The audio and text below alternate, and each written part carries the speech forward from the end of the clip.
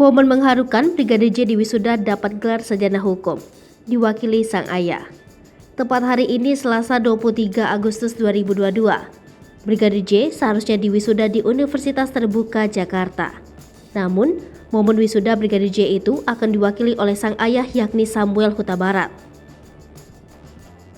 Brigadir J diwisuda sebagai sarjana ilmu hukum di Fakultas Hukum Universitas Terbuka.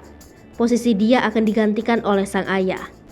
Brigadir J meninggal setelah ditembak di rumah dinas mantan Kadif Propam Polri, Irjen Fedy Sambo pada awal Juli 2022. Untuk diketahui, Brigadir J berkuliah di Universitas Terbuka sejak 2015. Ia dinyatakan lulus pada April 2022 dengan perolehan indeks prestasi kumulatif 3,28.